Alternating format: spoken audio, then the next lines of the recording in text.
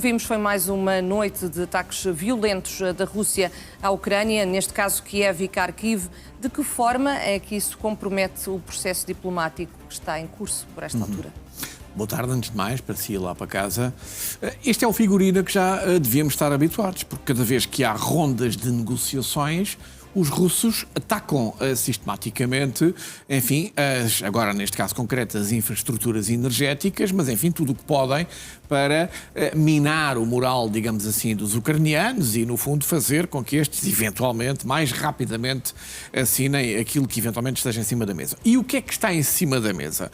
Pois nós não sabemos exatamente. Os russos estão permanentemente a falar naquilo que foi acordado com Donald Trump na célebre reunião do ano passado, em agosto, no Alasca.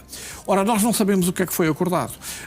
E, portanto, aquilo que agora se discute, já penso que se terá ultrapassado um pouco a questão das garantias de segurança, que, repito outra vez, não sabemos ainda exatamente em que é que se consubstanciam, e agora o grande ponto de discórdia são os tais 15% que restam do Donbass, que os russos querem à viva força e que os ucranianos têm resistido até à última, digamos assim, a entregar. E, portanto, temos esse ponto específico. De um lado, ucranianos não querem entregar esses 15% na mesa das negociações, algo que tem custado tantas vidas a defender. Por outro lado, os russos querem, no fundo, alcançar na mesa das negociações aquilo que, digamos, militarmente não têm conseguido conquistar. Resta aqui, e eventualmente, uma terceira hipótese, que é aquela que tem sido aventada pelo mediador norte-americano, em que basicamente esses tais 15% se transformariam numa zona desmilitarizada, numa zona franca,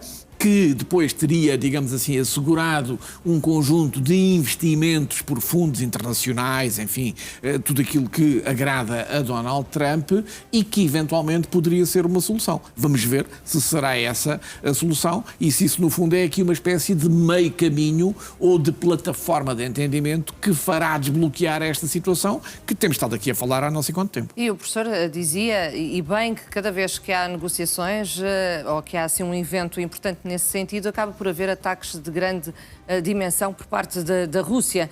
São ataques que acabam também por fragilizar a posição ucraniana, a chegada de Zelensky a este tipo de conversações, ou que, por outro lado, lhe dão alguma força nesta altura? Não, eu acho que fragilizam, porque, repara, isto já dura há quase 4 anos, vai fazer agora 4 anos no mês que vem.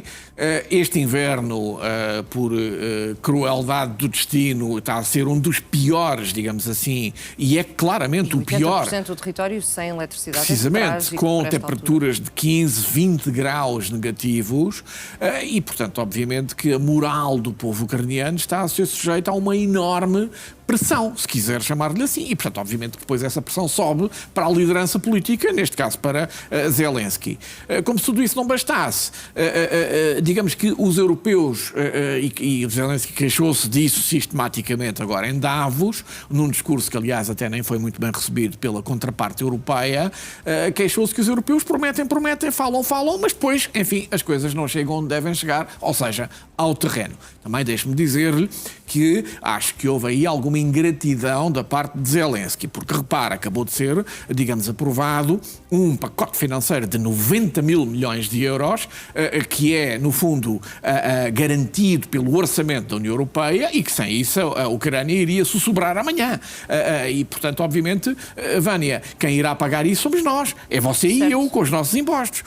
E, portanto, obviamente que... Acho que também há um pouco de ingratidão da parte Exatamente, acho que houve aqui talvez alguma precipitação, fruto eventualmente do desespero que estávamos agora mesmo a falar e do cansaço acumulado e no fundo de ver que há determinadas coisas que se resolvem e que avançam e aquela acaba por ficar esquecida, como também aqui já fizemos referência. Mas perante a noite de hoje podemos esperar alguns avanços concretos nestas negociações ou por outro lado acaba por ser Vladimir Putin mais uma vez a mostrar que não tem de todo interesse? Bom, os russos já disseram ao que vai. Os russos não têm mexido uma palha, digamos assim, nas suas reivindicações. Eles falam sistematicamente naquilo que foi acordado no Alasca. E aparentemente terá sido acordado muita coisa que nós não sabemos. Mas temos aqui este ponto específico que eu acabei de identificar, que de facto há aqui alguma intransigência. Pode ser que esta hipótese, digamos assim, do mediador norte-americano consiga fazer ultrapassar esse problema. Aliás, deixe-me dizer-lhe, é esse o papel do mediador. Em qualquer processo de paz, o mediador tem que arranjar soluções criativas, imaginativas, se quiser, para aproximar as divergentes opiniões que estão em cima da mesa. Esperemos que os americanos consigam fazer isso. Professor, e olhando precisamente para os americanos, hoje foi divulgada, aliás, ontem à noite foi divulgada uma fotografia pela Casa Branca que mostra Donald Trump a caminhar lado a lado com um pinguim. Sim. É uma imagem gerada por inteligência artificial, mas que diz basicamente que a Groenlândia tem de receber... aliás, também há um vídeo. Sim. Mas há uma fotografia concretamente divulgada pela Casa Branca que mostra Donald Trump a caminhar pela neve em direção a uma bandeira, lá está, da Groenlândia. Esta insistência por parte de Donald Trump acaba por colocar em causa o respeito pela soberania de um aliado da NATO. Sem dúvida, mas esta fotografia e este vídeo têm sido bastante comentado, enfim, na internet, nas redes sociais, e há aqui uma questão que eu não posso deixar de referir. É que há aqui um erro brutal. É que não há pinguins na Groenlândia. Os pinguins existem no hemisfério sul, na Antártica, e não no Ártico, onde isto se situa. E, portanto, a inteligência artificial, neste caso concreto, não foi muito inteligente, porque, de facto, errou completamente no animal que queria representar. Mas Olha, acaba por ser uma fotografia divulgada pela própria Casa Branca. Exatamente, cá está. E, portanto, obviamente que, se tivessem visto alguns documentários da National Geographic, saberiam que não há pinguins, digamos, na Groenlândia. Aqui está ela, essa imagem. Que exatamente. E, portanto, se tivessem feito com um urso polar, ou com uma foca, ou com uma raposa do Ártico, eventualmente isso teria mais credibilidade. Mas, voltando agora à questão concreta, é evidente que sim, há aqui uma obsessão de Donald Trump relativamente a esta questão. Aparentemente, isso, pelo menos a sua intenção mais violenta, chamemos-lhe assim, de anexar pela força o território foi ultrapassada.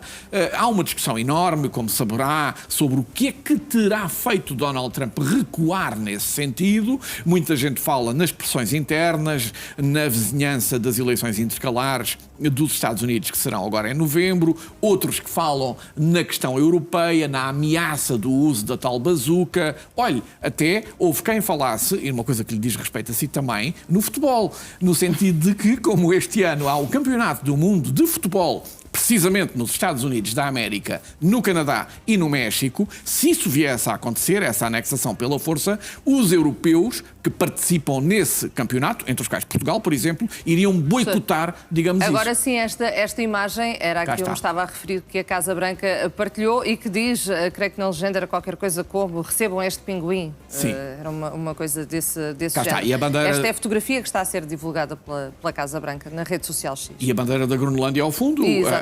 E, portanto, e depois estes comentários que eu acabei de referir, enfim, em todas as redes sociais, gozando...